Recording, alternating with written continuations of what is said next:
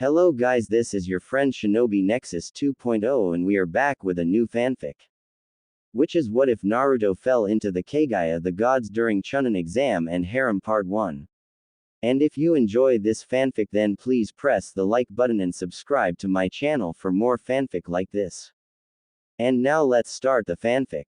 Crap. How did this happen? Shouted Naruto Uzumaki as he was flying through the air after being blown away by an insanely powerful gust of wind. He sailed through the air as a giant serpent appeared out of nowhere and attempted to swallow him. Its strike however missed when the blonde's back hit a tree branch causing him to flip, narrowly avoiding being eaten by the serpent. Fuck! He screamed as he slid down the serpent's back and fell into a hole by chance. The serpent angrily hisses as it began burrowing into the ground to track down its prey. In the hole, Naruto was falling through a tunnel and kept hitting walls, making him bounce around like a pinball. Finally he landed on his back. He laid there for a few moments, groaning in pain before getting up and, his back popped a few times. Ow. Ow. Ow. That was not befitting of a future Hokage. He mumbled to himself before taking note of his surroundings. He looked and jaw dropped as he saw a mummy. He screamed in terror. He paused then chuckled as he spoke to himself. Faye, it's just a wrapped up body. It's not like it's alive or cursed or anything. I've been reading too many scary stories. He approached the altar the mummy laid on and read the inscription carved into the stone that read, "Here lies the rabbit goddess. May her sacrifice always be remembered." The blonde scratched his head as he thought out loud, rabbit goddess. Sacrifice. Wonder what that's all about. Oh well, time for me to leave, maybe I'll tell the old man about this place. As he turned to find an exit, a few drops of blood from when he tumbled down the tunnel dropped to the floor, near the altar. As he walked away he heard a slight shuffling noise. He gulped as he turned and saw the mummy had fallen on the floor. His blood turned cold as he saw a tongue creep through the bandages and lap up the drops of blood that came from his wounds. His blood ran cold as the mummy stood up and unwrapped the bandages around its head, showing a dried up and decomposed skull, making the blonde shriek in horror. The skull soon grew flesh, then muscle, then skin, showing a middle-aged woman with odd horn protrusions on her head, long silvery hair that touched the ground, pupilless gray eyes, and what looked to be a closed third eye on her forehead. He blushed noticing her ample showing due to the fact she was only wearing the bandages. She turned to him as she held out her hand and approached him. The blonde stepped back nervously, fearing she was going to attack. Sensing his distress she stopped and asked in a regal tone, "I have a simple question and I expect an honest answer." He nodded, fearing for his life. She then continued speaking, "Do you have any carrot cake?" He instantly face vaulted as he shouted, "What kind of a question is that?" Her only reply was, "Do you have carrot cake?" She spoke slowly as though he were an idiot. He knew why she was talking like that as he replied in the same slow tone, "I have none." She nodded as she spoke, "Why didn't you just say so? Do you have any muffins then?" He slapped his forehead, making her realize he didn't. "I see. Then allow me to ask another question. Why do you have yukai in your blood?" She asked with an air that said, "Answer or die." He stiffened up, not knowing how she knew about that. "I'm a Jinchuriki," he finally answered. She tilted her head to the side as she casually replied, "I see. My idiot son was one for a time. My idiot son separated the jubi into several pieces. Which do you have?" He calmed down a bit as he answered, "The Kyubi. And your son was a Jinchuriki?" She nodded at his question as a kimono formed around her, covering her body, making him gape. Yin-yang release. The power to create from nothing. She bluntly answered, making him nod slowly and once again ask, "Your son was a Jinchuriki, right? Do tell." She pursed her lips for a moment before answering, "Perhaps you should listen to my story. But first I have to know. What year is it?" He realized that since she'd been dead she obviously didn't know what the date was, duh. He thought in his mind, then answered her, 2014 AS. After Senin. She nodded as she spoke, "My name is Kaguya Otsutsuki. Long Long ago I was a princess of a faraway land. The world was in turmoil. There was constant fighting. I ended it by eating a forbidden fruit that led to me being the first human to use chakra. I used my power to stop the wars by force since none would listen to reason. When the wars finally ended, I became known as the Rabbit Goddess and gave birth to 2 children. Both boys. They inherited my chakra and I trained them to use it. Unbeknownst to me, by eating the fruit I unleashed the Jubi, Shinju. Its wrath was terrible as it sought to take back what I had stolen. I was old and weak, so my children fought the Biju in my stead. One died in the battle, the other became the Jubi's prison, thus the first Jinchuriki. My idiot son then used his vast power to spread chakra to other humans so they may connect to each other. But, I warned him what would happen if he did that. Because of the vast power I showed, humans in their greed decided to use it as a weapon, and thus the cycle of violence and war continued. You know my son, as the Raikudo Sennin. The blonde jaw dropped since he was standing in the presence of the Raikudo Sennin's mother, who sounded like she was much stronger. He gulped as he asked, "If you're the Sennin's mom, then you must be stronger than him, right?" She nodded as she answered, "I am. My son's name is Hagoromo. He's an idiot." The blonde sweat dropped at how she kept calling her son an idiot, but shrugged it off as he asked her while bowing, "Please train me." She bluntly asked, "Why?" Naruto looked her in the eyes as he answered, "Because I want to be Hokage. The strongest shinobi of my village." "Why?" she asked again. "So I can show the people of Konoha I'm my own person. Not the Kyuubi itself. So I will be respected." He answered with a grin, not seeing her narrowed eyes. "Why?" she asked bluntly, yet again making a tick mark appear on his eyebrow. "Because from the day I was born people have ignored and bullied me because I contain the Kyuubi. I want them to acknowledge me. For my team to acknowledge me." He spoke, getting irritated by this woman's questioning. She said nothing for a while, then spoke bluntly, "I don't like you. You're stupid." He instantly face vaulted at that. He got up and then asked, "How are you alive exactly if you're supposed to be dead?" She shrugged as she answered, "Don't know. My first theory is the yukai in your blood revived me for reasons unknown. Now if you'll excuse me, I'm going to hunt down a bakery." She clapped her hands as the roof of the tomb exploded, exposing the treetops of the forest of death. She leapt up and exited the tomb with the blonde following behind. She looked around and thought, the trees have reached abnormal heights. My potent chakra must have affected them even after I was buried in that tomb. "I'm not done talking to you yet. I want you to train me," spoke Naruto as he tapped his foot impatiently. "I refuse. I don't waste my time with idiots."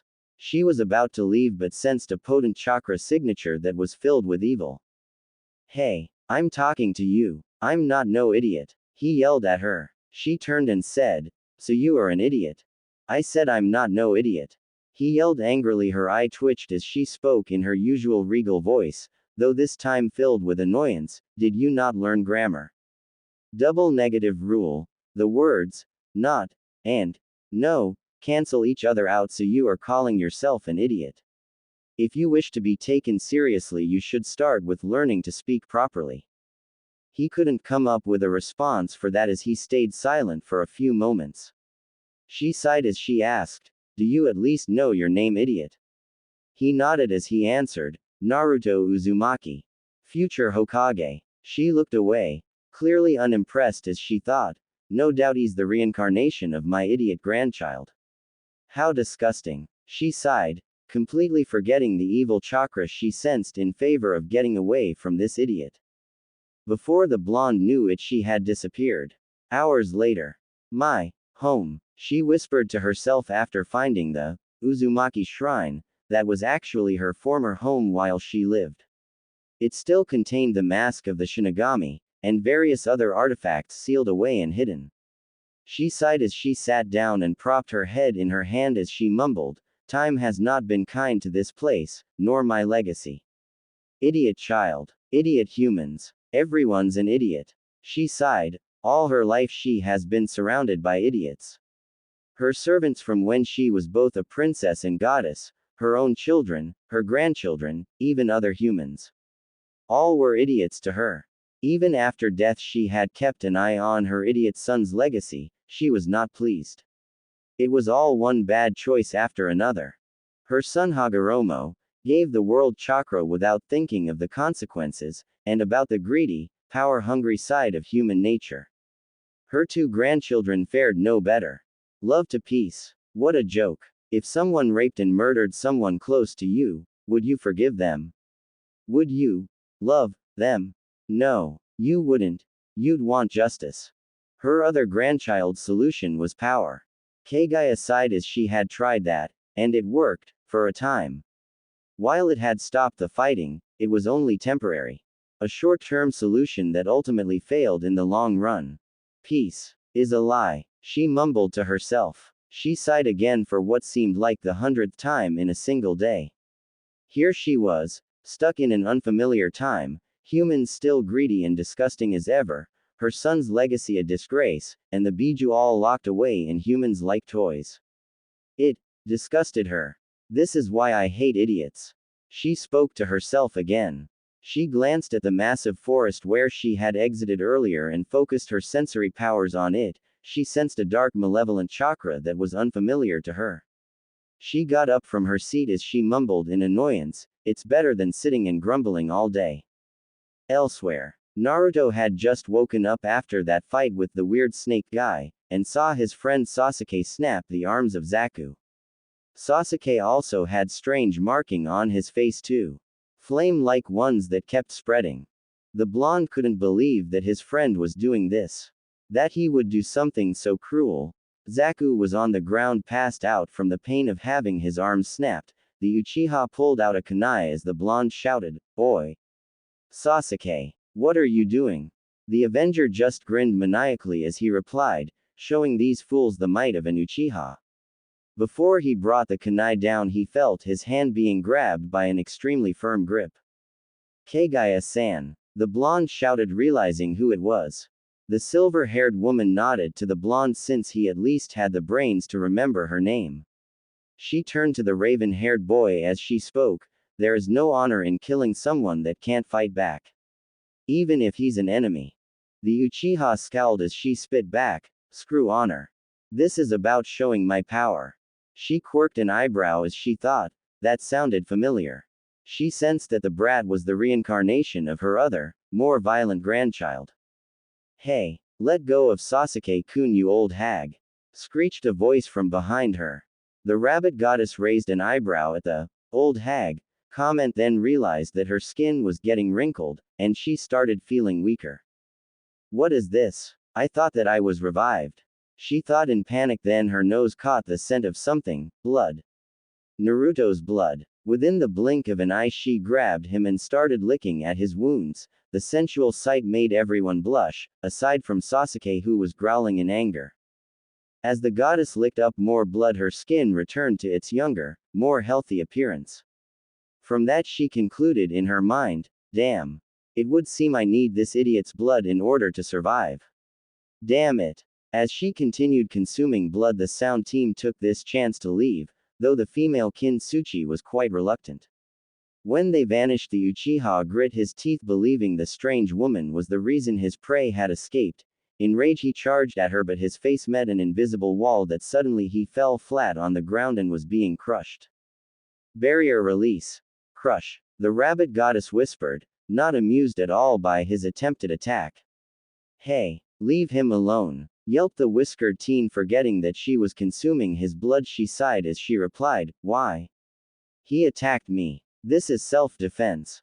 This time instead of backing down, he gave her a stare that seemed like it tried to burn a hole through her. Fine. But if he attacks me again I won't be as forgiving." She spoke in an uncaring voice, not intimidated at all by his glare but slightly impressed. He nodded stiffly as the barrier keeping Sasuke down lifted. "Hey, what was that move? Teach it to me," Sasuke shouted as the marks on his face receded. "Why?" the silver hair woman asked. "Because I need power to kill a certain someone," he replied, knowing that always got someone to listen to him. Why? She asked again, wanting to figure out her other grandchild's reincarnation. Because he killed my clan. He half shouted, getting impatient with this woman. Why did he kill you, clan? She asked again. Though this time he stayed silent for a few moments before answering, he claimed it was to test his power. With that, she turned her head bluntly, replying, not interested. I don't like brats. He gaped in shock. This was the first time someone said, no, to him. He growled as he was about to charge at the woman again, but was interrupted by Ino Yamanaka, who along with her team arrived moments ago to assist Team 7, asked, pardon my asking, but who are you? This time Kaguya smiled warmly as she replied, finally, a sensible request that was asked politely. My name is Kaguya Otsutsuki. Neji then asked her, where do your allegiances lie? What village are you from? He flashed his Byakugan for a moment and was instantly blinded as he fell to the ground screaming. Her chakra. It's as bright as the sun. Tenten gaped in shock as she thought, what the fuck is she to make Neji do that? As the weapon user tried to help her teammate, Choji couldn't help but ask, those horns on your head real? The goddess nodded, already used to that question during her reign. Why didn't you do anything, Naruto baka? Screeched the pink-haired girl as she hit the blonde on the head, who mumbled, sorry Sakura-chan. The rabbit goddess got up and asked him, are you going to take that? She just hit you. You have every right to defend yourself. All he did was smile as he replied, it's fine. I could never hurt Sakura-chan.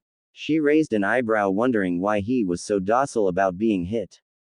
Her first theory was he's a masochist. Her second thought, is he under the influence of something? She used her sensory abilities, focusing on the blonde who was busy making excuses to the pink-haired girl. Suddenly the rabbit goddess sensed objects on the boy's body messing with both his chakra and mind, seals. They were still experimental before my death, but these look refined.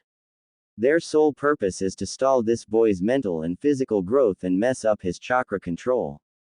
Perhaps he's not as big an idiot as I thought. She ranted in her mind before thrusting a palm on the boy's back and mumbled, rod release, purge. When her jutsu started, the seals on the boy's body faded away. His eyes shrunk into his head as he groaned, what did you do to me? All she said was, if I am correct, you'll thank me later and stop being an idiot. Goodbye. With those words she vanished, leaving a confused blonde thinking, what did she do? And why did I let Sakura-san hit me? Currently Team 7 and the addition of Kabuto, who warned them of the dangers of opening the scroll, were on their way towards the perimeter of the tower so they may ambush a team for its heaven scroll. Naruto, however, had been acting strange since the horned woman had destroyed the seals on his body that remained a mystery to all. He has been acting twitchy, nervous, jittery in the forest, but during camp he was calm, cool, and would dismiss Sakura or Sasuke's taunts. But right now Naruto felt like he was having a panic attack and he didn't know why. As they leapt through the branches, Kabuto stopped and spoke to them, this way. It's a shortcut. He pointed in the direction of mentioned shortcut, causing Naruto to pale, as his eyes turned a silvery white color as he spoke nervously, guys. I've got a bad feeling. Something doesn't feel right. The Avenger scoffs as he speaks in his usual arrogant tone, what's wrong, dope? Scared of a few tree branches? The blonde's eyes turned a silvery white as he spoke, no. There's blood everywhere. The pink-haired girl looked around as she replied, get your eyes checked, there's no blood. The whiskered teen shook his head furiously, covering his eyes as he began moaning and screamed, no. Blood everywhere. Pain. Death. The man with the yellow eyes. The pale man. The former student fights against him.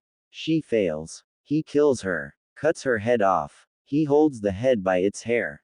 He cackles. At this, screaming Sasuke, Sakura, and Kabuto slowly back away as the Avenger asked, what's wrong with him? Is he going nuts? You mean you don't know? Asked the silver-haired genin as he adjusted his glasses. Sakura replied, no. He's never been like this. As the blonde's screams died down, he mumbled, I have to go. With that he dashed into the woods before they could stop him. With Naruto. Blood. Death. Evil. Greed. The pale man is near. The blonde mumbled as he raced through the trees guided by a force unknown to himself as he kept running. The visage of a woman appeared in front of him. Hold your horses, Booyah. You face the pedo as ya are, and your goose is cooked. The blonde hadn't registered he was talking to a spirit as he yelled, what can I do? He's going to kill Anko-chan. The female apparition smirked as she asked, Anko-chan. Didn't look like you even knew her. He turned his head away as he said, I can't explain it. She seemed familiar then. But I couldn't remember why. But now memories are coming back to me. Memories long forgotten. Like someone bottled them up behind a dam and the dam has broken. I don't know what Kaguya-san did, but at least it's something good. The spirit crossed her arms as she spoke, if you're going to save her then you need an ace. And I know where you can find it. It's pretty close by actually. He was about to sprint off but the female spirit spoke again, listen half pint. You can either find the ace I'm talking about and have a strong chance at beating the damn body-snatching pedophile. Or charge in and have no chance. Getting you and the trench coat lady killed. He sighed realizing she had a point then realized, she was floating, you're a ghost. He screamed in shock. Now you notice. Too slow. She shouted back at the fact he didn't realize she was a ghost till now. After a few seconds he calmed down and asked, okay so who are you? She pursed her lips replying, name's Damasu. He tilted his head as he asked, fool. She turned her head in shame as she replied, fitting, given I made some bad choices. Listen to me, I'm the spirit of the body Orochimaru currently has. He uses what is called curse marks, that he brands on people with unique bloodlines and abilities. He uses them to put a piece of his soul into them to corrupt the host. He has an immortality jutsu that lets him switch bodies but he has to do it every 3 years before the current one rots. He's using my body right now. He absorbed what she said as he started putting the pieces together, bloodlines. He must have given Sasuke one. She nodded as she spoke, yep. With the boy's thirst for revenge and power he'll be like a puppet for Orochimaru to toy with in not time. At first Naruto's first instinct was to shout and say Sasuke wouldn't do such a thing, but, somewhere in his mind he knew she had a point. He began to realize that the Uchiha cared about nothing except himself, and about power, though why he didn't realize sooner escaped him. So what's this ace you keep talking about? He asked in an attempt to get information this time instead of throwing a kunai in the dark. Her name is Kira. The worst piece of violence, anger and hate I've ever seen. She was cloned by Orochimaru using his own DNA. She was one of his first experiments to create the ultimate killing machine, but it was a hit and miss. He succeeded in making her the perfect assassin and killer. But he lost control and had to seal her up. She's supposed to be stronger than the pedo anyway. The blonde scratched his head as he asked, lost control how exactly? Damasu's hair shadowed her eyes as she answered, the constant experiments made her lose her mind. She's now a cannibalistic psychopath. He gaped in horror as he screamed, you want me to wake up a man-eating psycho? She shrugged as she spoke, hey, it's not a perfect plan but at least then your chances will go from none to slim. If you succeed then they'll go from slim to guaranteed. He sighed knowing it was likely his only option as he spoke, fine. Where is this Kira? The spirit pointed down as she replied, right below you. He sweat dropped as he deadpanned, that's convenient. She nodded as she shrugged and spoke, no kidding, it is like you're meant to be here. He said nothing as he navigated through the bushes with her guidance and found a door hidden under a thick layer of mud and leaves. After using several clones to take off the natural camouflage and opening the heavy steel door he saw a dark hallway. He gulped and made his way inside quickly. He passed by rooms that were filled with skeletons, preserved organs and body parts, and a room that appeared to have blueprints on the curse mark, which he'd investigate at another time. Finally he found himself in a room that had a perfect carbon copy of Orochimaru. If it weren't for her and beautiful feminine features he would have mistaken her for the real Orochimaru. Oi! Wake up brat! Take the seal off her chest. Spoke Damasu with impatience. Well, excuse me. I don't fancy the idea of being gutted by a psychopath. He yelped out. With great hesitance he approached the table the pale girl laid on, then with a quick yank tore the seal that covered her chest below the collarbone. Within a few seconds her eyes snapped open as she began to sit up. Her head slowly turned to the blonde. He gulped as he saw her eyes were filled with not an ounce of kindness, no love, no joy, no humor. Her eyes shined with fury, insanity, and hunger. He slowly backed up as she let out a mad screech. Faster than he could blink she pinned him to the wall as she began singing, "Hush, little baby, don't say a word, mama's gonna buy you a mockingbird." He struggled against her grip as a kunai suddenly appeared from her sleeve and fell into her free hand as she spoke to herself, where to cut? Gut, groin, throat, or legs? The blonde's blue eyes changed to silvery white again as he spoke in a woman's voice, "Enough, my little hubby." The pale cannibal grunted out, "Did the brat's balls drop off?" The blonde slapped her as he said, "Don't talk to me that way, Kira Koi." The girl and the unseen ghost Damasu were in shock. What is this? He hit me. All just piss themselves and croak. Kira, you leave this boy alone this instant. The blonde yelled, causing her to ask, "This boy? Who are, mommy?" She asked at the end, realizing who the voice belonged to. The possessed body of Naruto nodded as Kira's mother spoke, "Correct, my child. This boy is unique. I believe him to possibly be a seer. But that is irrelevant. He freed you, and needs your help to defeat your damned sperm donor. I implore you, find a way to balance out your madness, find something, to gain at least a minimal form of normalcy." The crazed girl nodded as she spoke, "I promise, mother. I will avenge you and myself, then try to find something worth living for. Like I promised you all those years ago." The possessed blonde nodded as her mother spoke again, "Good. I'm glad you at least remember that. I'm afraid my time has run out. I only regret who your creator is." With that the blonde's eyes changed back to blue as he mumbled, "That was weird. Felt like I downed 8 packs of soda at once." "You were aware then?" asked the pale cannibal. He nodded as he answered, "Yes. I heard everything. I'm sorry about your mother. While she was taking over, I saw everything. I saw her death." Her eyes narrowed slightly as she spoke, "Not another word, please. That is an event I wish to not bring up. It's an old wound. I don't want it reopened after just waking up. Hearing my mother's voice has opened it some, but also brought me closure. For that I thank you." He nodded as he spoke, "You're welcome. Now you must help me." She nodded as the two ran off. Damasu smiled as she said to herself, "Well, at least I can have indirect revenge against that pedo for taking my body." With her feeling her purpose fulfilled, she crossed over into the light and into the afterlife. Elsewhere an hour later. "I've got you now, sensei. Now if I can borrow your left hand," spoke Enko as she grabbed his left hand and manipulated it into a certain hand sign. "I see. The twin snake sacrifice. You intend to kill me by sacrificing yourself," spoke Orochimaru in feigned fear. Suddenly he turned into mud, making her realize it was a mud clone as she cancelled the jutsu. "You see, Anko-chan, I taught you everything you know. You might be a Tokubetsu Jonin, but you're still a little fish. Do me a favor and go tell dear Hiruzen sensei that if he cancels the Chunin exams I'll destroy Konoha."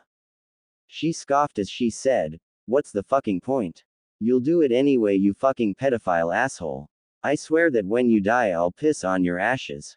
His eyebrow twitched slightly at her insults as he cruelly smiled, "I was going to let you live a bit longer. But you've just ended my patience." He pulled out the kusanagi ready to chop her head off when out of nowhere, Oro team. The two snake users turned and saw a familiar blonde approaching, "Naruto-kun," yelled Enko while the pale Sanin sneered at the fact he had to deal with this loudmouth again, "Come to die, brat." He spoke with a sadistic smirk. The blonde grinned as he shook his head and spoke, "Nope. I brought backup this time."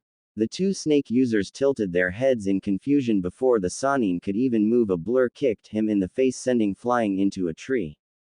When he got his bearing, he saw the last creature he'd ever want to see, Kira. He screamed in shock, wondering how such a simpleton found where she was being held, but what he couldn't figure out was how in the hell he reasoned with her. The cannibal grinned as she spoke, "Time to die, Papa." Her smile changed from gleeful to sadistic and cruel quickly. She went through hand signs as she spoke, "Poison release, venom C." Her throat bulged as she spewed out a vast amount of poison on the ground, which quickly rotted the roots away, causing trees to tumble like dominoes. As Orochimaru leapt from tree to escape being crushed, he thought, "Damn it. Damasu's body isn't strong enough to handle Kira. I wasn't prepared for this." His thoughts were interrupted as his hands were pinned by kunai on the base of a tree. Kira's venom hadn't rotted. "I'm going to enjoy eating you, Papa." She spoke with pure maniac glee. He sweated forever, regretting creating such a powerful force of nature. For Kira wasn't just made of flesh and blood. She was death. She was pure evil that walked on two legs. And he couldn't control such savage strength. Kira's only purpose in life was for the kill. Nothing else. Her speed, strength, animalistic savagery, crazed mind, and unparalleled talent in killing makes her easily the most dangerous creature to exist, not counting the Biju, of course. He grit his teeth as he regurgitated himself, ejecting out of his skin, and quickly dashed away to escape from his creation's fury. Run fast as you can. You aren't the gingerbread man. I'll find you. I swear. I'll find you and kill you, then eat your carcass. She screamed as loud as her lungs allowed her into the woods as her creator fled. Back with Naruto, he sighed in relief at taking the spirit's advice. He was quickly bopped on the head by Anko, who shouted, "Damn it, Gaki. WHO asked you to save me." He rubbed the lump on his head as he replied coolly, "Would you rather have gotten killed?" She was about to speak, but her mouth opened and closed a few times before she said, "Fine. I'll give ya that. Who's the mini Orochimaru?" The pale cannibal answered, "I am Kira." "Who are you two?" The blonde slapped his head since he never gave her his name as he spoke, "Naruto Uzumaki." Then the Tokubetsu Jonin spoke, "I'm Anko Mitarashi." Kira nodded as she spoke, "I shall make sure none approach. Please excuse me, Naruto-sama." With that, she disappeared in a whirl of leaves as he mumbled, "Sama. Why'd she call me that?" The Dango lover shrugged as she spoke, "No idea. But thanks for the help. I'm not exactly used to being rescued." He nodded as he replied in a calm tone, "Nope. You tend to be the rescuer, Anko-chan." Her eyes widened, then she smirked as she spoke in a sultry tone, "Oh, so now you remember. I'm hurt." She fake cried at the end. Several years back, Anko and Naruto were inseparable. But then came the nightmares, and the visions, seeing things before they happened. When they first started, she cast them off as hallucinations, but then he warned her one night, "Don't go home tonight." She ignored his warning and headed home, but before she opened the door to her apartment, he screamed for her to not open her door. She absent-mindedly opened it, causing a paper bomb to explode. Fortunately, he got her to a hospital before she bled out from the shrapnel, which missed her major organs and arteries by sheer luck. She brought up the visions to the Hokage, who was quite curious about them, but had no idea what to make of them. During her stay at the hospital, Naruto visited her every day, bringing her dango, and sometimes flowers to brighten up the room. She didn't like flowers, but it was the thought that counted. Then one day, he just stopped coming. "So why the fuck have you been ignoring me, cheeky brat?" she asked angrily while pinching his cheek. He cried a bit from the pain as he said, "I don't really know. That Kaguya woman did something to me. Now memories are flooding back to me. About you. About Kurenai. All of the girls." Being in the T&I division, she knew lies from truth just by hearing the tone of voice. Very few could fool her ears with their voice, and her eyes with their body language. In this instance, she was hearing truth. She let go of him as she asked, "Okay, why the fuck are you remembering everything now of all times? Why'd you forget anyway?" He shrugged, not knowing the answer himself, making her sigh in frustration. Well, whatever. As a thanks, I'll give you a free pass at the exams. Perks of being a proctor. As a bonus, I'll take you there myself. I got a report in about all this anyway. He nodded happily as Kira came back holding two people by the necks. Naruto-sama, these suspicious people attempted to approach you. He face-palmed himself as he spoke. First, those are my teammates, so put 'em down. Second, why do you keep calling me Sama? The pale girl dropped the two who had swirls in their eyes as she replied casually, you freed me from my prison and gave me the opportunity for revenge. For that I thank you, and Mama always said to never leave a debt unpaid. However, if you deny me my revenge, I'll kill you. Otherwise, I'm yours to command. He quickly nodded, not wanting to die as he spoke. Well, pick those two up and let's go. She nodded, picking up Sasuke and Sakura as Anko spoke in her usual energetic tone. All right. Try to keep up. I can't promise I'll slow down. Elsewhere, Kaguya was casually walking down the streets of Konoha, observing the hearts and minds of the people. From her calculations, 42% of the village seemed either neutral or good by her terms, but the other percentage was filled with bigots, idiots, and power-hungry fools. Most of which being commanded by the civilian council and elders, as they were called. She has been receiving odd looks all afternoon by people who noticed the horn-like protrusions on her head. She could use a genjutsu to hide them, but then she felt like she'd saying that she's ashamed of them, for which she wasn't. So she let the odd looks slide. Right now she was being followed by a man who had lecherous emotions running around. She sighed and asked in her usual regal tone, "Can I help you?" He nodded as he asked, "Why yes, what's such a noble-looking woman doing here?" She simply replied, "I'm looking for a bakery." He grinned as he spoke with a perverted blush, "I bet you could do with some stuffing in your muffin." She casually replied, "I like stuffing in muffins." Unknown to him, she didn't catch the innuendo because her mind was solely focused on baked goods right now. Perhaps I should introduce myself. I'm the guy all men bow before. The man women beg to bed them. The ultimate inspiration for authors around the elemental nations. The wise and immortal spirit. I am Jiraiya, the Toad Mountain Sage. He ranted while making odd poses. The white-haired woman deadpanned as she replied flatly, I am Kaguya Otsutsuki. I don't like you. You're an idiot. And I'm the one that's going to kick you where it hurts. Before he could react, she kicked him between his legs, making his eyes bug out as he bent over, clutching his manhood. As she walked away, she thought she heard him groan, I think, one, popped. She smiled at her handiwork, then noticed a bakery. She entered and shoved her way past the other customers in line, then spoke, I want every kind of muffin you have and 3 whole carrot cakes. She discreetly used her yin-yang release to create the current form of currency and placed it on the counter. The clerk spoke, Ma'am, please go to the back of the. Her voice died in her throat as the silver-haired woman's eyes narrowed as though she were daring the clerk to finish what she was saying. I demand you take my order now. I've been in a tomb for years. I'm on my period. And I just busted the balls of a pervert. My vagina's bleeding, ergo my period. Too much info. Everyone in the shop screamed, completely shocked at her bluntness. The clerk nodded stiffly and got her order done as quickly as possible. With that done, she left with the baked goods in tow. At the preliminary tower, all fights up to Naruto versus Kiba are canon. Naruto was facing down Kiba Inuzuka, who was currently boasting about being Hokage. During his rant, the blonde was thinking, Hokage. Hokage. Hokage. A word I've said countless times. Now I have to ask myself, why do I want to be Hokage? Even if I do become Hokage, there's no guarantee I'll get the respect and acknowledgement I want.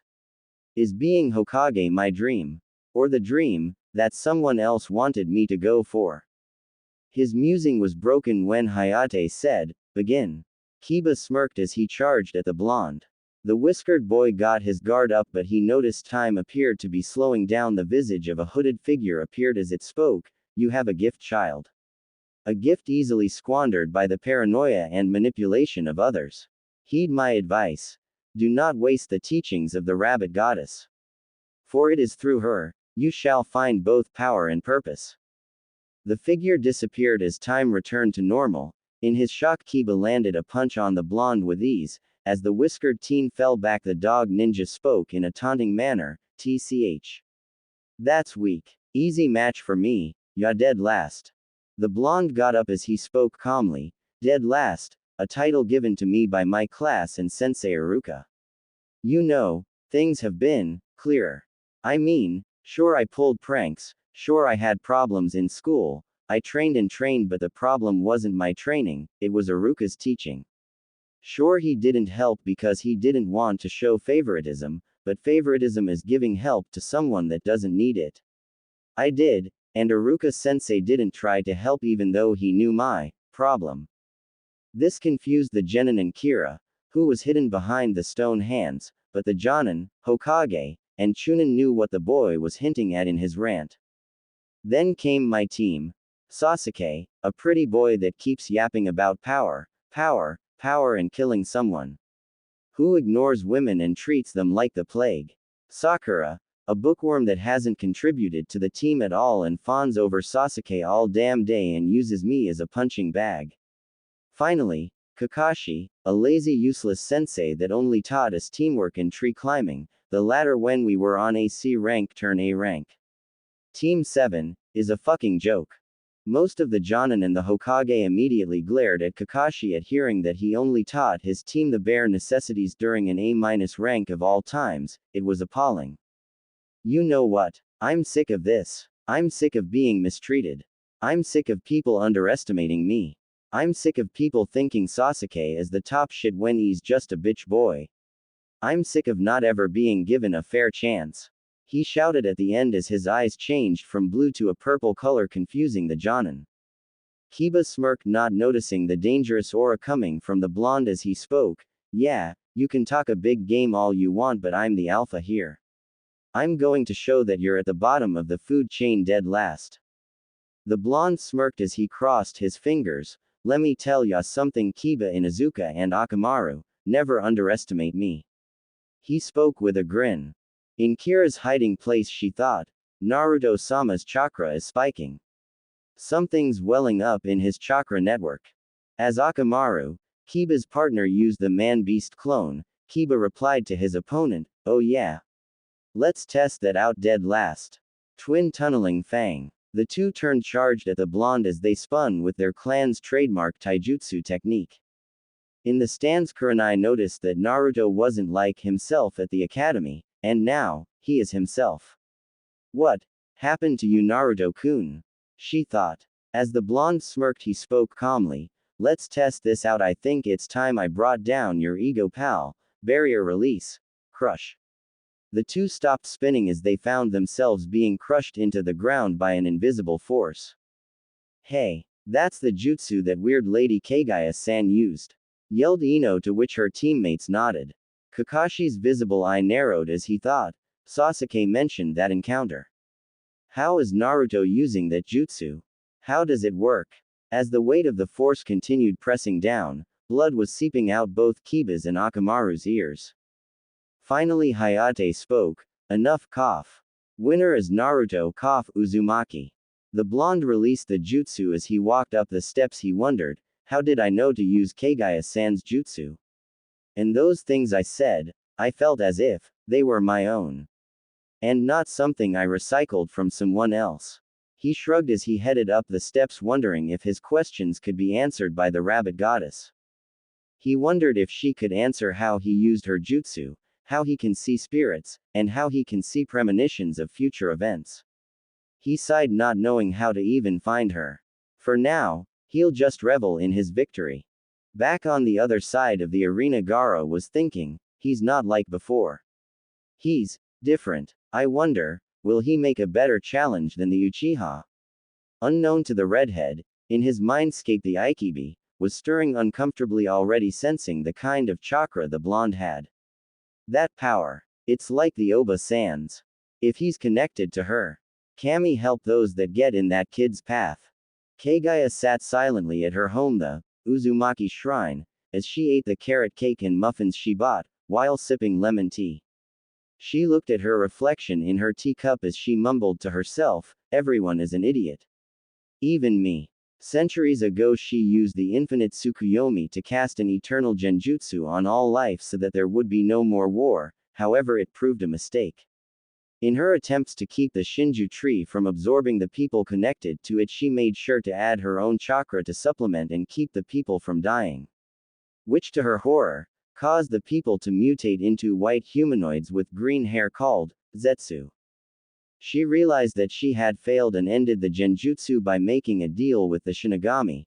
Due to the godlike chakra in her body she would have possibly lived forever, but in exchange for ended the infinite Tsukuyomi she would sacrifice herself. In respect to her, the Shinigami gave her 35 years to live and continue her legacy. In the time she had, she began hunting the Zetsus to extinction so to correct her mistake.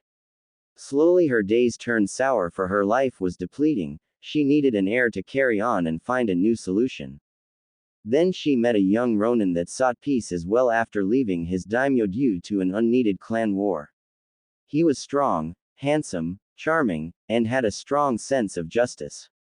Traits which she found appealing, so she had his children. However, during her pregnancy Croesus was murdered by a group of samurai sent by his former daimyo. In retaliation she destroyed said daimyo, only leaving his 8-year-old child to live. Finally she gave birth to 2 sons, and taught them how to use their power. When they came of age she asked them, "It is time. How would you find a solution for peace?" Her younger son, Hagoromo's answer was, "Love." Her older son's Hamura's answer was, "Power." Forgive me if I got the name wrong. Both answers left her disappointed. She had already tried power, and it was only a short-term solution. Once the one who had the power was gone, it would leave a vacuum that people would take advantage of. Love was a bit better, but was filled with more holes than power, as proven by Hagoromo, her grandchild Ashura, her grandchild's reincarnation Hashirama, and so on. Each one making a mistake that made everything worse than before. She had watched the world from the afterlife, and was displeased. First, her idiot child carelessly on a whim, gave the world chakra and greedy humans took advantage of such power just as she had predicted. Then her idiot grandchildren started an endless cycle of fighting against their descendants. Then came Hashirama, the reincarnation of Ashura, the wood user spared Madara, the reincarnation of her other grandchild Indra, which was commendable, and for a time she thought maybe peace had a chance. But it was dashed to pieces when Hashirama pawned off the Biju and their human containers, without regard to said Biju and containers' feelings or the fact they would be used as weapons. If Kaguya knew one thing, it was if you give someone an inch then they'll take a mile. Right when she thought it couldn't get worse, it did. When Madara absorbed some of his rival's DNA, fusing it together, the result made the Uchiha unstable and lose his mind, becoming a warped version of herself. And this time, he made a black Zetsu who was pure evil incarnate, no morals, no humanity, just a need to feed and destroy all human life. After the black Zetsu's creation, everything went dark. She could no longer observe her warped legacy. She sighed knowing that the boy Naruto would be involved one way or another. Though she preferred he stay out of her way. This was her problem, her fight, her mistake, so it was her duty to clean it up. No matter what. She took another bite of carrot cake, all the while regretting ever birthing her children. A lone tear escaped her eye, for she knew in her heart that she was a cruel woman, for what kind of mother would regret giving life to her own children? Elsewhere, the winners of the preliminaries were lined up, though Naruto was glaring at Neji who attempted to kill Hinata. Sure, the blonde didn't know her so well since she was the very definition of the word shy, but he knew she was a sweet girl and didn't deserve that. As they drew lots, Naruto and Neji would be in the first round. He glared at the Hyuga as though trying to burn a hole into the side of his head. Anko passed by the blonde and whispered to him, "Meet me later.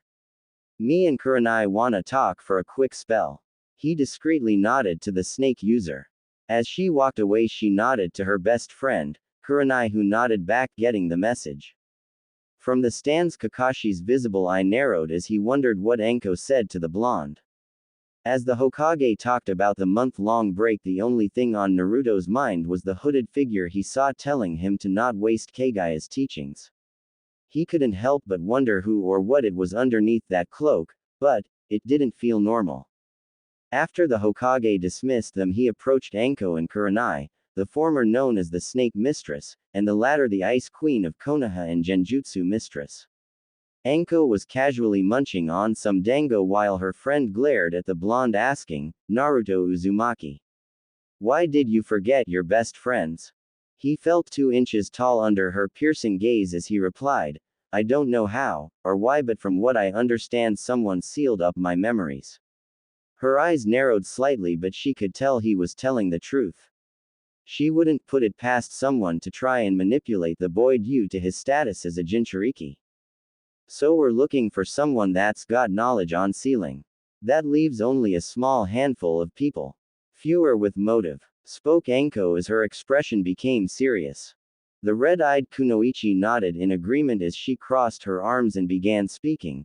The top 5 would be the Civilian Council, the Elders, Danzo, Hokage-sama, or Jiraiya. Naruto scratched his head as he spoke. "I think the council's out. They prefer me dead anyway." The 2 Kunoichi nodded in agreement as she replied, "The elders don't have the stones or influence to do anything on their own anymore, which is why they ride either Hokage-sama's or Danzo's coattails depending on which suits them. So they are out. Danzo's a good suspect, but there's one problem. Sure, he'd want Naruto-kun controlled, but he wouldn't want him hindered. It defeats the whole purpose." Spoke Anko as she began twirling a kunai as she thought while her 2 friends nodded at her assessment as Kurenai concluded, "So that leaves only Hokage-sama and Jiraiya, though I don't know the motive either would have." The blonde shrugged his shoulders as he ended their theorizing, "Only thing we can do is wait and find out for ourselves. Not sure if Sandame's involved, but I bet he at least knows something." They silently agreed with him, knowing that while Hiruzen probably wasn't responsible, he at the least knew who was. The blonde turned his back to the 2 ladies as he waved goodbye, saying, "I'll be on my way. Gotta find a teacher. And I don't want you 2 getting in trouble or something. Later." Elsewhere. Free. Kira spoke to herself as the wind blew around her. She was sitting on top of a random building in Konoha just enjoying her freedom. She could at least feel the sun's warmth, the soft breeze, the feel of grass, new sights and scents. The feeling of being able to move without being chained to a wall, a chance to walk in the daylight without being blinded from being kept in those dark chambers. It was exciting. She smiled warmly, already enjoying everything around her. Though there was one thing that was spoiling her pleasant mood: humans. She viewed them as little more than vermin from the treatment of Orochimaru's assistants, who either she or her father killed. Always the humans would call her names like freak, or animal, or monster. One day a little bird flew into her cell through a tiny window. She fed it some of her food and it became her only friend. One day an assistant saw her feeding her bird, and he and his 2 friends restrained her and killed the poor bird in front of her. When her only friend lied dead, she snapped and ended those 3 men's lives. Orochimaru witnessed the event behind a 2-way mirror and decided instead of a vessel, she would be a better assassin. So he taught her how to kill, to hunt, to murder, cause mayhem, and even bring entire armies with guerrilla tactics. He would dissect her, inject her with drugs, sew back together, then repeat. It never ended for her. But now, she was free. Because of a human boy that allowed her to speak to her mother, Sangeki, Scourge, for one last time. She smiled and would now and forever serve her new master without question. She was bred and made into a weapon, and a weapon is what she'll be. Back with Naruto. The whiskered teen had entered the hospital to check on his new friendly rival Rock Lee, who declared himself Naruto's youthful eternal rival, to which the blonde shrugged off but knew it was Lee's way of saying he acknowledged the blonde, so he just accepted. Currently he was split between finding Kakashi for training or finding someone else. His first thought drifted to Kaguya Otsutsuki, but she had repeatedly refused him. He knew so little about her, except for what she told him about her past. And even that was just a general summarization. He only knew she didn't like idiots or brats, as she said to him then Sasuke. Perhaps, what he needed was his own reason to get stronger, not a reason that would require the approval of others. Even if he became Hokage, it is most assured that the people would not respect him anyway. During his brief train of thought, Kakashi appeared behind him, thinking the blonde was seeking him for training, so he said without warning, "Yo, Naruto, sorry but I'm training Sasuke for when he goes against Gaara." The blonde paid him no mind as his eyes turned silver and he mumbled to himself, "The teacher is the one whose teachings hold value, not the one who fails you." His eyes changed back to blue as he turned and answered a somewhat confused Jonin, "Forget it, Hatake. I'm not going to beg nor grovel. I'd rather have a real sensei and not someone lazy like you. You didn't even teach the basic chakra exercise till an A- rank of all things. Goodbye and may you pay for your insolence." As the whiskered teen stormed out, the silver-haired man asked no one in particular, when did he learn to talk like that? Outside, Naruto was searching high and low for the mysterious Kaguya Otsutsuki, but she was nowhere to be found. Seriously though, how hard is it to find a regal woman with horns on her head? He sighed in frustration as he sat on a random bench wondering if he'll find her. Then right next to him appeared the hooded figure during his match with Kiba. "Why so glum, my child?" It spoke, making Naruto jump in his seat from shock, before he calmed down and answered, "You told me during my match not to squander the teaching of the rabbit goddess, Kaguya-san. But I can't find her. I'm going to need her help to beat up that Neji bastard." The figure chuckled softly as it answered, "Go out to the outskirts of the village and call her name. If she hears you, she'll come. If she doesn't come right away, then just keep calling. Her ears are sharper than you'd think, my child." As the figure got up and slowly disappeared into ash, the blonde asked, "Who or what are you?" The figure once again chuckled as it replied, "I am man and woman. Saint and devil. Push and pull. Life and death. Heaven and hell. Good and evil. I am everything and nothing at the same time." The blonde scratched his head as he shouted, "That makes no sense." This time a row of shining, gleaming, dangerous teeth appeared from the darkness under the hood as the figure answered, "It's not supposed to." With that it disappeared as though it never existed. Feeling like he had no other option but to do as the stranger told him. Though he couldn't help but wonder what it was hiding under that hood. A man, a woman, some form of demon. Perhaps next time the stranger appeared he'd take the hood off him, her. Elsewhere, the rabbit goddess was inspecting her home to see if any artifacts from her era went missing. The hidden vault below the shrine was filled to the brim with treasures that were tribute to her from various clans in exchange for her protection. Gold, jewels, diamonds, many riches were there. But she could care less about such material things. She could easily create from nothing using yin-yang release. What she was truly concerned for were items like the Shinigami mask, which was still hanging on the walls. As she tapped the walls with her hand, she finally found the hollowed-out, secret compartment where various weapons were. She gaped in horror as they were missing, her gunbai, the sealing jar, all gone. "Damn you, Hagoromo. Damn you, you idiot child. Damn your and your brother's souls to hell. Was it not enough you gave humans chakra? You gave them my weapons too. They're too powerful for humans." She screamed in rage, her powerful, godlike chakra flaring, causing a small earthquake. Her rage was cut short as her ears twitched slightly, for she heard someone in the distance calling her name. It was no doubt her grandson's reincarnation, that Naruto boy. She bottled up her frustration and chose to see what he wanted and get it over with. If he hadn't improved, she'd send him away. With a snap of her fingers, she disappeared in a gust of wind, then appeared in front of a rather surprised blonde who said simply, "Damn. That was fast." Her eyes narrowed slightly at him as she asked bluntly, "What do you want, boy?" He got on his knees and bowed to her as he asked, "Please train me, Kaguya-san. My sensei Kakashi Hatake has repeatedly shown favoritism and ignored my need of teaching. Please train me, Kaguya-san. I refuse to take no for an answer. You asked me why I wanted to become Hokage, To be honest, I don't know the reason myself. But here's what I do want. I want to find out who my parents were. I want to know where I came from, why I was chosen specifically to be the Kyuubi's container. My hope is by finding the answers to these questions, I'll find myself. My wish is to be strong. To be so strong my name will ascend to the stars. She tapped her hip in irritation as she asked him in a bored voice, "Your goal is to be strong?" To which he shook his head and replied, "Strength and power are different. When my time in the world is done, I don't want to disappear with a whisper that falls on deaf ears.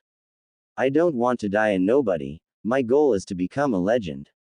A legend so great that a constellation is made by the gods in my image." This caught her attention a bit as she paid more attention, asking him, "So that's your goal?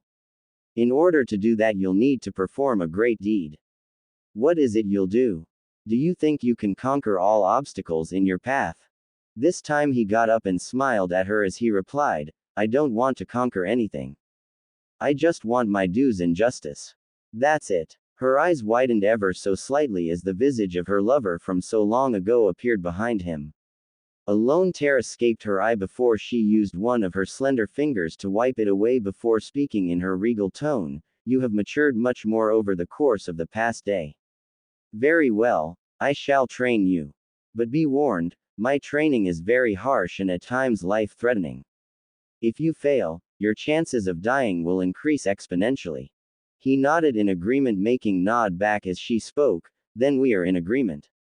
We begin now." She plucked a single pebble from the ground, then spoke bluntly, "Dodge." With a single motion she flicked the pebble, making it rocket past the blonde as a large number of trees were broken apart. Without a second thought he ran like hell, leaving a dust cloud behind. An hour later. "Are you trying to kill me?" Naruto screamed as he lay panting on the ground in exhaustion from dodging killer pebbles. "Maybe," she bluntly replied, sipping lemon tea, which caused him to cry anime tears at having a possibly psychotic sensei.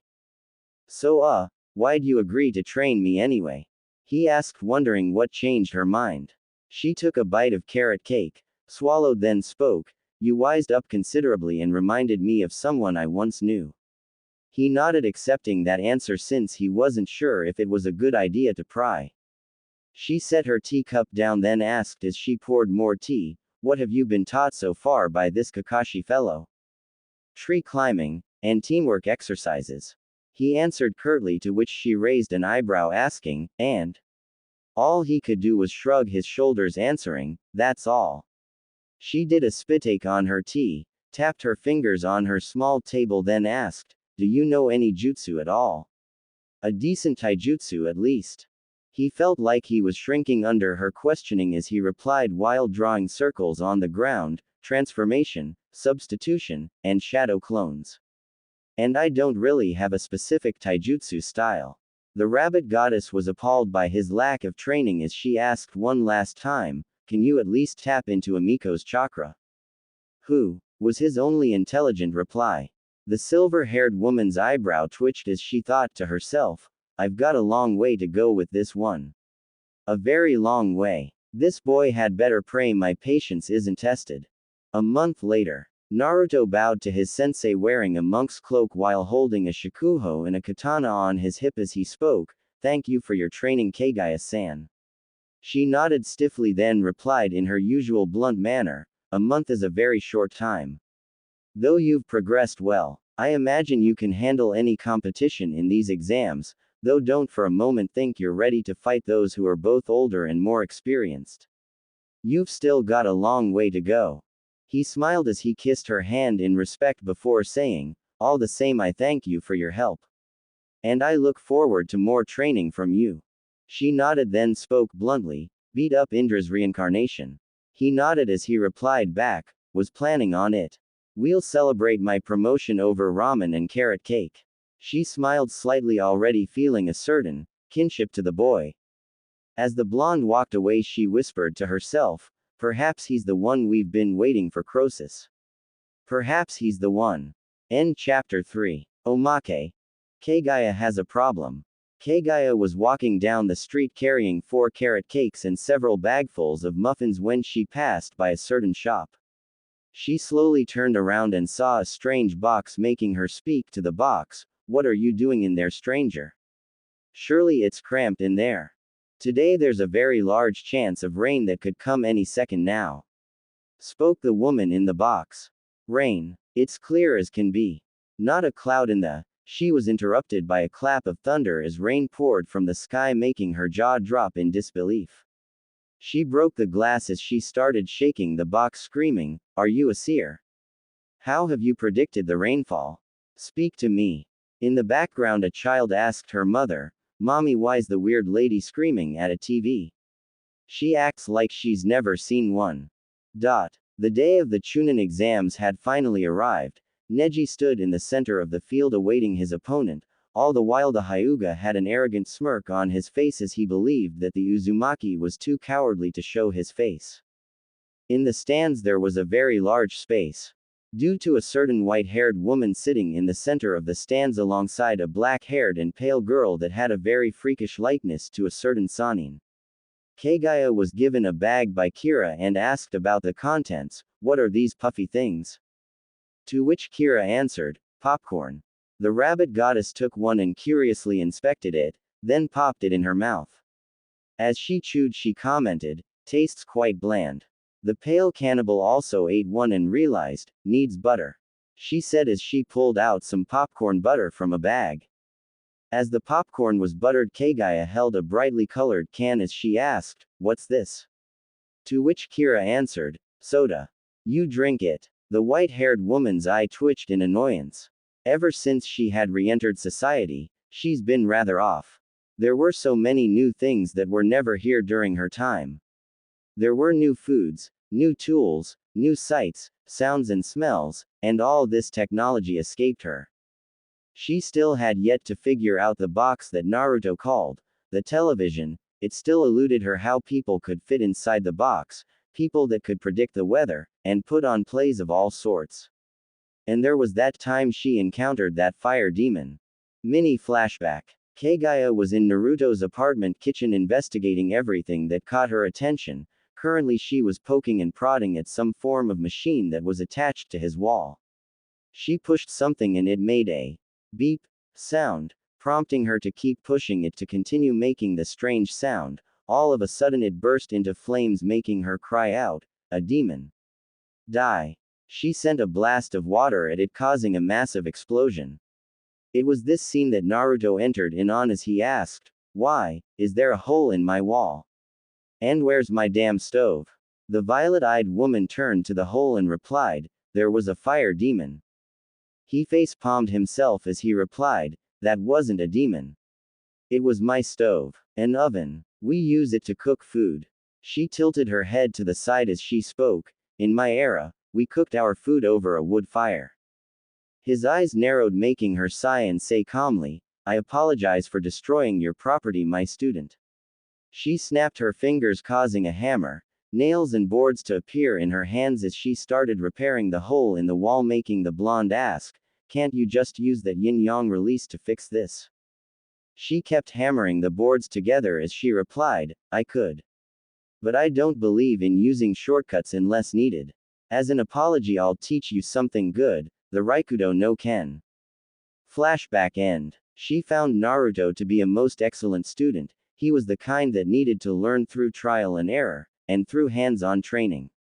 She found that going into a long explanation would confuse him, so she decided to sum the explanation up and then teach by example, which proved quite successful.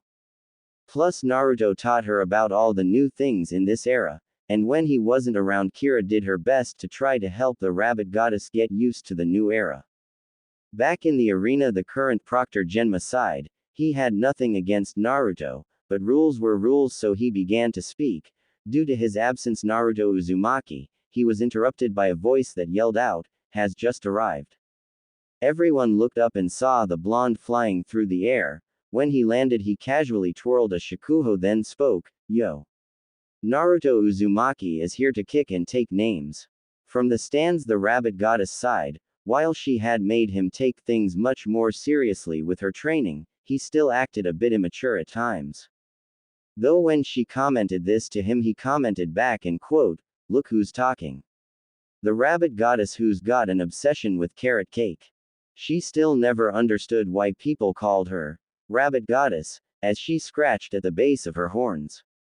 As Neji went into a rant about fate, a certain pink-haired banshee sat next to Kaguya saying, HMPH, that Naruto Baka may look cool with that monk's cloak and Shikuho, but there's no way he could beat Neji. Kaguya's eyebrow twitched in annoyance. She despised fangirls and fanboys with her entire being. Mainly because priests that worshipped her would often put her on a pedestal in front of a large crowd. Many members of said crowd would approach her and request blessings, and in some cases marriage, from both. It actually flattered her at first, but it quickly became old and tedious to the point she thought of just flying away. Though in this case it was just one, and it happened to be a girl with a split personality that basically worshipped the reincarnation of her grandchild Indra. At this she began to mentally rant, twos, twos, twos. They always come in twos. My children, grandchildren, Madara and Hashirama, and now Naruto and this Sasuke. They always come in twos. It never fails, with each pair comes greater disaster. Perhaps, I should find a way to stop the reincarnation at the source. During her mental rant she reached into her bag to acquire her carrot cake, only to reach down further in horror. Who stole my carrot cake? Kaguya screamed in fury as black lightning rained down from the sky. In the arena Naruto paled in terror, for he knew that there were 3 rules about Kaguya Otsutsuki. 1. Never speak about how great her children and grandchildren were. 2. Never argue with her, you will lose. 3, and probably most important, never take her carrot cake, or she'll fucking kill you, and that is if she feels merciful.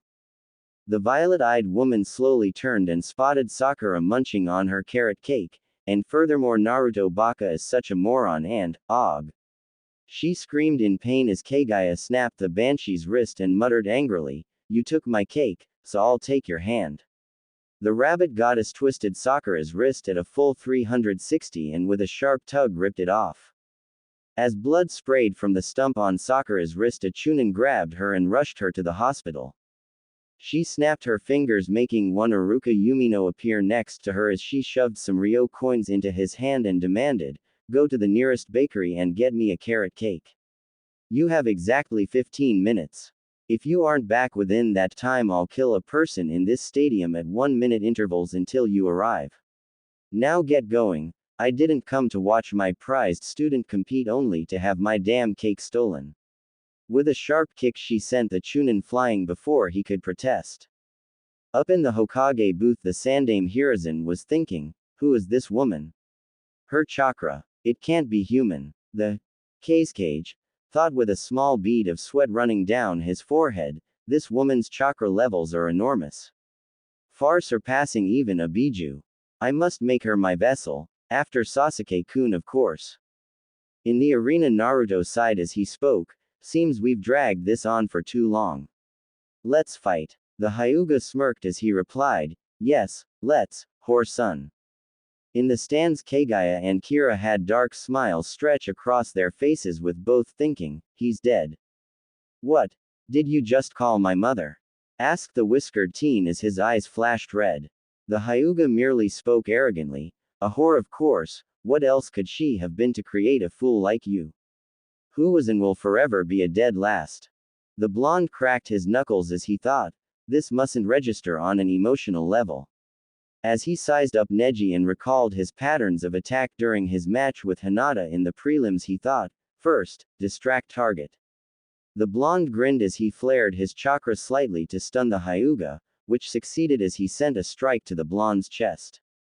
Then block his blind jab. The blonde thought as he smacked away the incoming strike, counter with cross to left cheek. He thought as he sent a punch to the Hyuga's left cheek. Discombobulate. He continued thinking out his moves before making them as he slammed his open palms against Neji's ears. Dazed, he'll attempt wild haymaker, employ elbow block and body shot. he thought as Neji sent a haymaker to the blonde's head, who blocked it with ease using his elbow and sent a punch to the Hyuga's body, making his ribs crack. Block feral left, weaken right jaw. Naruto once again strategized as he slapped away a left hook from the Hyuga, then slammed his elbow against the right side of Neji's jaw. Now fracture. He sent a punch to the exact spot he had elbowed the Hyuga's jaw. Break cracked ribs. Naruto sent a punch to Neji's ribs, making a sickening crunch sound ringing through the air. Traumatize solar plexus. He sent a punch again, hitting the correct nerve plexus in the abdomen. Dislocate jaw entirely. He sent a hard jab to Neji's left jaw, dislocating it, making him stumble back, completely dazed from the blonde's brutal yet precise assault. Heel kick to diaphragm. He sent a kick to the Hyuga's upper torso just below the chest, sending him to the ground as the blonde summarized. In summary, ears ringing, jaw fractured, 3 ribs cracked, 4 broken, diaphragm hemorrhaging. Physical recovery: 6 weeks. Psychological recovery: 6 months. Capacity to insult my mother neutralized. All the people, except Kira and Kaguya, couldn't believe what they had witnessed. The dead last had beaten a Hyuga in taijutsu without breaking a sweat. The fight itself was over in less than a minute. Kaguya smirked at both her students' victory, and finally figuring out how to open the soda can as she drank its contents. She knew that there were 3 things that made her student lose his temper. First, praising his father whom he despised with all his being. Second, being lied to since he had been lied and cheated all his life. And third, insulting his mother. She smiled as she recalled the day she had pointed something most unusual out. Flashback. Kaguya and Naruto sat across from one another, taking a break from the training. They both drank tea. Though unknown to Naruto, she was studying the various residents of Konoha, more particularly the shinobi. She found a few good ones. The Hokage was pretty strong too. But all never could hope to even challenge her. Though she noticed the one called Kakashi was training the reincarnation of her idiot grandchild Indra, Sasuke. It honestly disgusted her. Though for some reason, Kaguya felt empty. Like something was missing. Though she had no idea what it was. As she stopped her scan of the village, she noticed something unusual: 4 chakra signatures in the same exact spot. It was Naruto. The first and second were his own and the Kyuubi, Amiko's chakra. But there were 2 others inside his body. With a snap of her fingers, she summoned forth the 2 unknown chakra signatures in his body, making them appear before the 2. Naruto had no idea what was going on, but he knew not to question his sensei since she'd explain. The 2 souls of both Kushina and Minato appeared in a ghost form. The former asking, "What's going on? Sochi-kun?" Tears formed in her eyes as she fell to her knees and started sobbing, which caused Naruto to ask, "Sochi? I'm your son." Minato nodded as he replied, "That's correct. I suppose you already know who I am." The blonde teen nodded, slightly shocked, then began asking various questions. As Kushina explained the fall of Uzu, her being taken to Konoha, and everything in between, then Minato explained the masked man and having to seal the Kyuubi inside Naruto's newborn body. All the while the blonde remained silent. The rabbit goddess, however, remained slightly apprehensive, for this would be the moment that Naruto could be the one to aid her, or just be another failure like her idiot children. Naruto grimaced as he began speaking, "So that's it, huh? Fine then, I'll rebuild Uzu and get what is rightfully mine from Konoha." The blonde Hokage cringed at that as he spoke, "Naruto, I know what Konoha did to you was wrong, but you must forgive them." Naruto's eyes flashed red as he sent a glare to his father, "Go fuck yourself. Forgive them. Is that some kind of sick joke? Forgive them for hunting me down and forming mobs on my birthdays. Forgive them for trying to make me a goddamn retard and weakling. Forgive them for negligence and taking what belongs to me. Still, that begs the question, who put those seals on me and why? Though I think I've already got a good idea." He finished with a dark grin across his face. At this, Kushina got on her knees and bowed to her son, speaking in an almost pleading tone, Naruto-kun, I beg your forgiveness. I didn't agree with Minato making you the Jinchuriki. I warned him of how the village would treat you.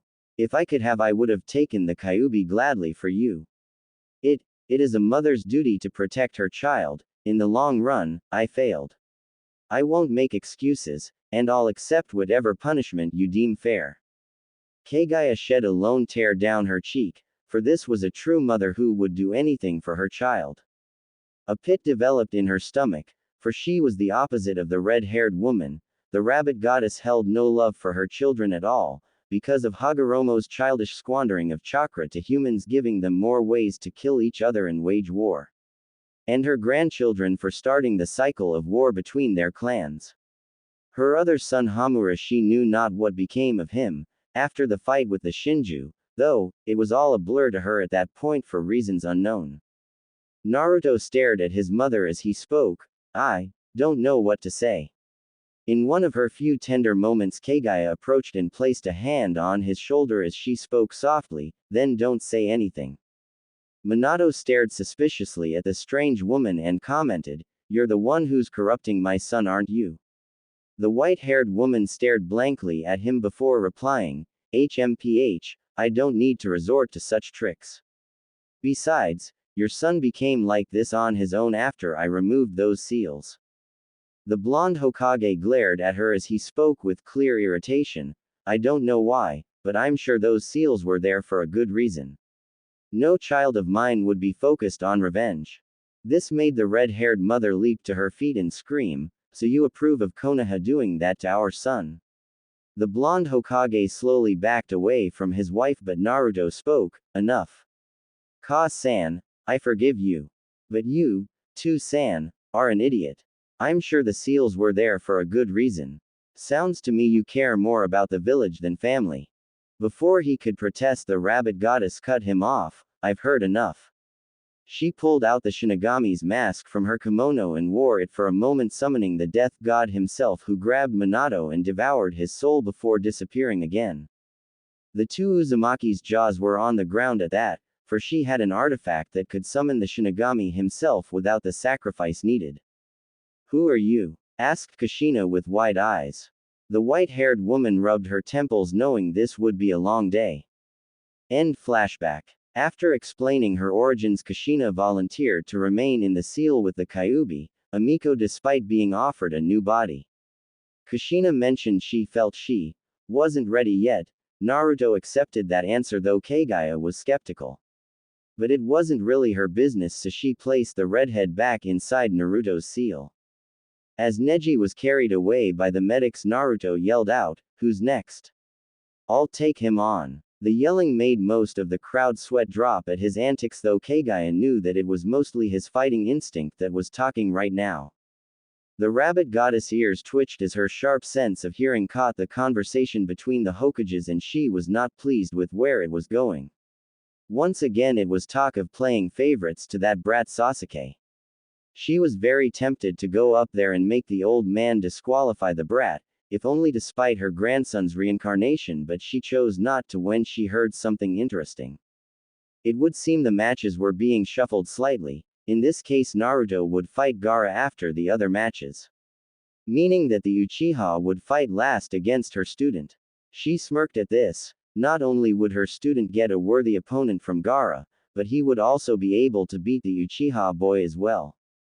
"This works for me," she said as she took another sip of soda. In her head she was still counting down the exact time, and Iruka was about to be late. Her aim settled on a certain chain smoker as she counted in her head, 20, 19, 18, 17, 16, 15, 14. She stopped counting when the scarred Chunin showed up, gasping for air as he spoke between wheezes, "Your cake, ma'am." She snatched it from him and inspected it. It was still warm. When she cut it open, she could already tell it was nice and fluffy inside as well. "Congratulations. 14 seconds to spare. You should be proud," she commented as she began to cut a slice and chew on a bite, making her shiver in delight. "Why would you threaten to kill people over carrot cake?"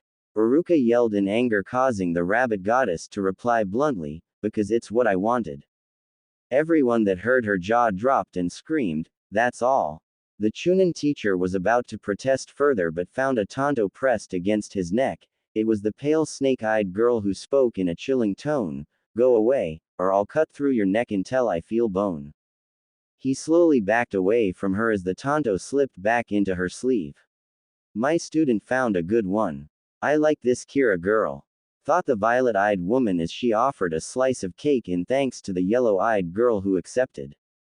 Time ticked away as the two women sat in boredom. The puppet guy Konkuro forfeited his match, before it even started making Kaguya suspicious.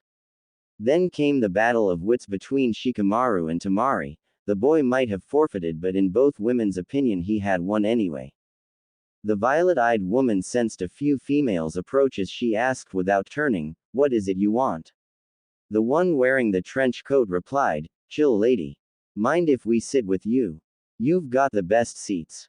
To prove her point she motioned around, showing that a full 3 rows were clear since no one wanted to sit next to the goddess or her pale companion, since both civilians and shinobi alike were terrified of them. "Why?" she asked bluntly, noticing she was starting to wither in age, bringing out a small vial of Naruto's blood to drink. "Because we want to cheer for him and our coworkers don't like that idea." The brown-eyed woman answered with a big smile. In a single motion she gulped back the blood, causing her skin to tighten to its smooth form, her face to resume its pale yet regal appearance, and her blood to begin flowing normally again. The white-haired woman accepted the answer she received as she asked, "Names?" "The sexy and single Anko Mitarashi," yelled the woman called Anko with a proud smile which earned her a bonk on the head from a red-eyed woman. "Forgive my boisterous friend. I am Kurenai Uehi." Kurenai spoke in a polite tone which both Kira and Kaguya acknowledged with a nod. "I'm Hana Inuzuka. These are the Heimaru brothers." The Inu Nin spoke with a smile while using a tissue to wipe her runny nose. Her 3 partners sniffed the pale cannibal and quickly hid behind Hana while making whining noises. Hana didn't know what got into them. They probably smelled something they didn't like, but currently she had a cold, so her sense of smell was useless. A woman with purple hair bowed and spoke, "My name is Yugao Azuki. It is a pleasure to meet you both." The rabbit goddess nodded as she introduced herself, "I am Kaguya Otsutsuki. My companion is Kira." The pale girl nodded as Anko spoke, "Yo. Good to see you again. Thanks for saving my bacon that time."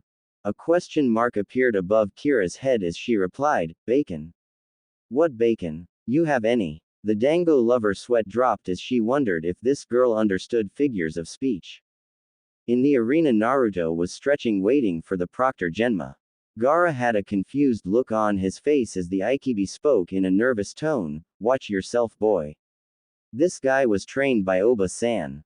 The rabbit goddess. He can't be human anymore. Back the fuck out now or he'll fucking kill you." The Sanbiju screamed at the end in terror.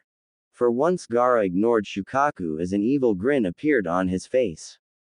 When the blonde finished stretching he mumbled, "1. The Suna Nin raised an eyebrow as he asked, "1. What Uzumaki?" The blonde grinned as he replied, "1 punch equals my victory." In the stands Kiba Inuzuka asked, "Is he serious?" While in the contestants' booth Shino's glasses gleamed as he spoke quietly. It is logical to think that there is one of 2 reasons for Naruto-san's claim. First, he's become arrogant, which is unlikely given how easily he defeated Neji-san. Second, he has some form of technique to win. Genma raised his hand and shouted out, "Begin fight."